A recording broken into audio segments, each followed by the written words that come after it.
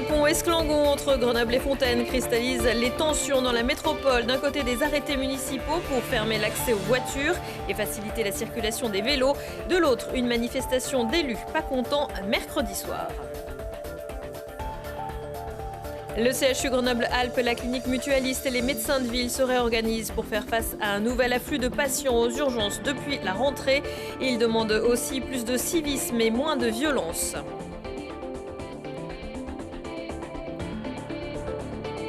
Et puis la faune et la flore se font croquer au Muséum d'histoire naturelle de Grenoble. L'exposition Dessine-moi s'intéresse à l'illustration naturaliste, son histoire, ses enjeux et vous donne des astuces pour crayonner vos bébêtes et herbiers préférés.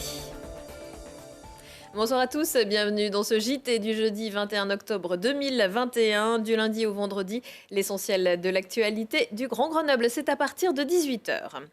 Le Grand Fossé, alors que le nouvel album d'Astérix, Le Griffon, est sorti ce jeudi, les tribulations des villages métropolitains se poursuivent de chaque côté du Drac. Le maire de Fontaine avait appelé à manifester sur le pont Esclangon mercredi soir pour protester contre la fermeture aux voitures de l'autre côté, décidée par arrêté par Grenoble depuis la rentrée.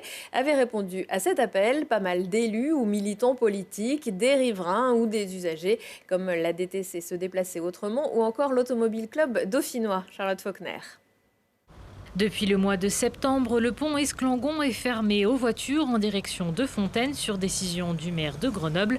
Un arrêté reconduit jusqu'au 15 décembre prochain. Il s'agit pour la municipalité grenobloise de permettre aux cyclistes de se rendre sur la rive gauche malgré les travaux importants du pont du Vercors dans le cadre du chantier de l'A480. Problème, la ville de Fontaine et la métropole propriétaire du pont et gestionnaire de la voirie n'ont pas été informés de ces décisions. Forcément, de l'autre côté du Drac, ça passe mal. Franck Longo a appelé à une manifestation sur le pont pour dénoncer les décisions qu'il juge méprisantes de la ville de Grenoble. Si aujourd'hui je me mobilise, déjà c'est pour être respecté en tant que maire de Fontaine et qu'on respecte la ville de Fontaine, puisque c'est la 5e fois que la ville de Grenoble décide sans la ville de Fontaine sur un pont qui concerne les deux communes. Donc déjà me faire entendre, et je remercie les habitants qui sont là. Essayer de faire du bruit, dire à la ville de Grenoble qu'elle ne peut pas décider seule sur ce pont Esclangon. Effectivement, on a l'impression que notre avis ne compte pas, alors que nos habitants ne sont pas des habitants inférieurs à ceux de Grenoble. Et Grenoble n'a pas le monopole du peuple. Sylvain Laval, vice-président de la métropole en charge de la voirie, a également répondu présent à l'appel de Franck Longo et rappelle qu'une solution a été proposée aux deux communes. Comme la métropole est propriétaire des voiries, elle doit être consultée préalablement pour donner son avis et pour voir si elle est d'accord ou pas avec ces propositions. Or, en l'occurrence, nous n'avons jamais été consultés. Je le rappelle, à la demande de la ville de Grenoble, nous avons proposé une sécurisation du pont du Vercors qui peut être mise en place sous 15 jours. Nous n'avons aujourd'hui aucune réponse de leur part et chaque semaine, on nous amène un élément nouveau, on nous parle d'un sujet différent pour ne pas répondre à la question qui est posée. Et dans le fond, je m'interroge s'ils souhaitent vraiment avancer sur cette question.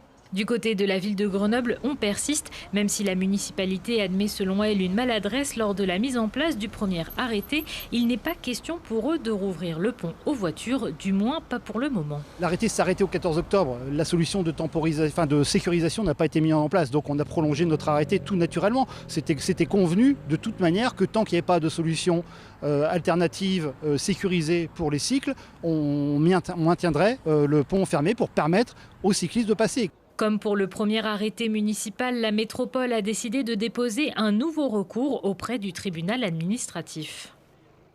Et en espérant qu'une solution soit trouvée avant la fin des travaux du pont du Vercors prévus en 2023. Un sujet qui aura aussi bien sûr alimenté les conversations du comité syndical du SMAC. Jeudi, la journée a débuté avec la réélection de Sylvain Laval à la présidence du syndicat mixte des mobilités de l'aire grenobloise avec 21 voix pour et 7 abstentions. Les 7 vice-présidents ont également été élus. La nouveauté, c'est une vice-présidence pour le département de retour, celle d'Anne Gérin, mais aucune pour les Grenoblois qui refusent depuis 2020 de siéger dans l'exécutif. Les élus du département de l'Isère qui se réuniront aussi vendredi en séance publique. Parmi les sujets soumis au vote de l'Assemblée, le deuxième volet du plan pluriannuel de rénovation-construction des collèges, compétences départementales. Objectif, rénover 37 collèges dans les 7 prochaines années en lançant 25 nouvelles opérations et en déclenchant des secondes tranches pour 12 établissements.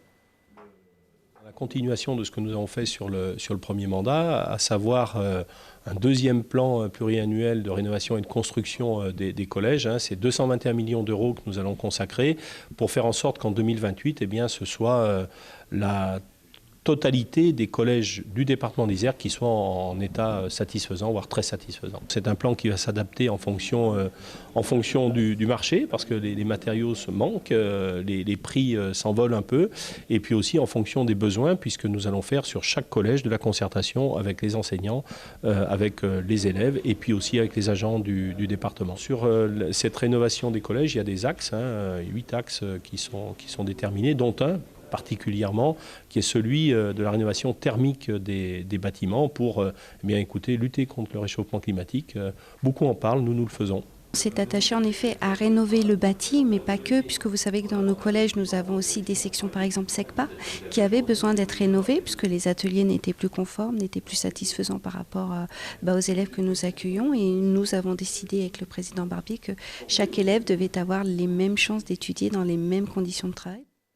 Le collège Condorcet de Tullin, qui nécessite une rénovation profonde, devrait être parmi les premiers servis.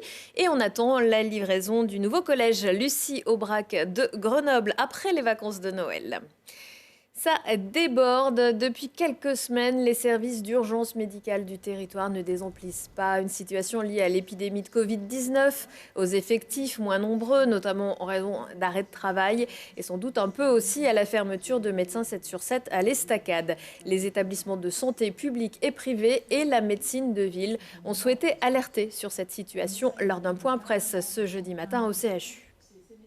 Constatons des tensions à nouveau sur un nombre de passages aux urgences qui s'est élevé alors même qu'on n'est pas complètement sorti de la crise Covid et qu'on a un retard de prise en charge à continuer à prendre en compte pour remettre en route tout le système de santé tel qu'il existait avant le Covid. Au niveau du 15, on a renforcé les ressources du 15. On a des régulateurs libéraux, on a des régulateurs hospitaliers qui vont trouver la bonne réponse aux besoins exprimés par la personne. On vient d'installer le service d'accès aux soins qui permet pour des patients qui ne disposent pas de médecin généraliste de pouvoir appeler le 15. Et là, la médecine de ville s'est engagée sur ce dossier et arrive à ouvrir des créneaux de consultation non programmés au niveau des médecins généralistes pour prendre en charge cette graduation-là des soins. On a eu à constater dans tous les établissements des faits de violence sur les équipes. On a des secrétaires qui ont été giflés, on a des patients qui se sont impatientés et qui ont eu des mots pas forcément agréables vis-à-vis des équipes. On sent effectivement que les malades ont un niveau de patience qui, là encore, du fait de la crise, et ça peut se comprendre, n'est plus celui qu'il était auparavant, alors même que nous sommes plus en difficulté qu'avant au niveau des urgences. En moyenne, l'attente aux urgences en France serait de 11 heures. Ce sera sans doute l'un des gros fights de Ligue Magnus de l'automne. Vendredi soir pour la 11e journée de Ligue Magnus. Donc, Grenoble affrontera Gap à Pôle Sud. Avec une seule défaite en 8 matchs, les Brûleurs de Loup sont leaders du championnat. Les Rapaces, 3e au classement, comptent eux 6 victoires et 2 défaites. Il reste encore quelques places pour cette soirée placée sous le signe de James Bond. Et pour que le show soit aussi bien sur la glace que dans les tribunes, n'oubliez pas le costume et le nœud pape. Coup d'envoi à 20h. Dessine-moi un mouton, un ours, une fleur, un oiseau, une idée de sortie pour les vacances de Toussaint ou avant le 22 mars 2022, la nouvelle exposition du Muséum d'histoire naturelle de Grenoble qui vous invite à explorer l'illustration naturaliste pour découvrir ses enjeux, son histoire et surtout des planches et gravures aussi belles qu'instructives. Éléonore Pointeau. La nature se dessine à l'orangerie du Muséum de Grenoble. Des plantes aux animaux, c'est une véritable plongée dans l'histoire du dessin naturaliste. Du XVIe siècle à l'époque contemporaine, l'objectif est resté le même, découvrir des nouvelles espèces et les dessiner de la manière la plus réaliste qui soit. Le dessin, ça permet vraiment de fixer le regard, d'observer très finement tous les organes d'une plante ou d'un animal qu'on va dessiner. Et c'est vraiment une discipline scientifique à part entière, en fait. C'est à partir du XVIe siècle que les ouvrages deviennent illustrés, un changement fondamental qui a permis la publication des dessins naturalistes. Ils permettaient de distinguer les plantes comestibles de celles toxiques, un des premiers ouvrages dessinés par Léonard Fuchs, un médecin bavarois. Je parle de ces ouvrages parce que nous avons à la fois un de ces ouvrages les plus célèbres, le Commentary, qui est conservé au Muséum d'histoire naturelle. Nous avons eu un prêt de la Bibliothèque d'études et du patrimoine de ce même ouvrage, mais qui a été mis en couleur. Les ouvrages pouvaient être mis en couleur après leur impression. Donner aux visiteurs l'envie d'aller observer la nature, c'est le but de cette exposition. Avec les œuvres de la bibliothèque scientifique du musée, chacun est invité à comprendre le dessin naturaliste. Grâce à 2 dispositifs anciens, le visiteur peut s'essayer à cette pratique. C'est à la fois pour encourager le visiteur à dessiner sans rentrer par directement la peur en fait, de la feuille blanche, où donc, le visiteur peut à la fois suivre très scolairement, entre guillemets, très fidèlement les contours de la tulipe, ou se permettre d'être un peu plus créatif s'il est plus à l'aise par rapport à cet objet. Et ensuite, il est invité à afficher son dessin.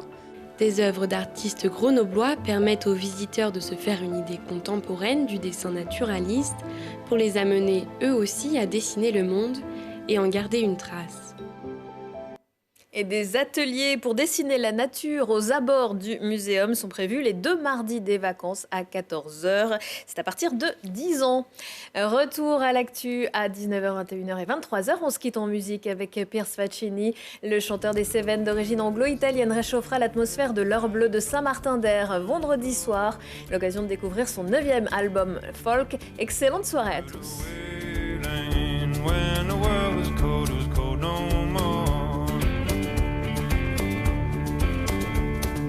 Where there's a will, there's a wanting. Where there's a heart, there's something. Where there's a will, there's a wanting. A hand to hold, a hold to hold, to call forth the darkness from you.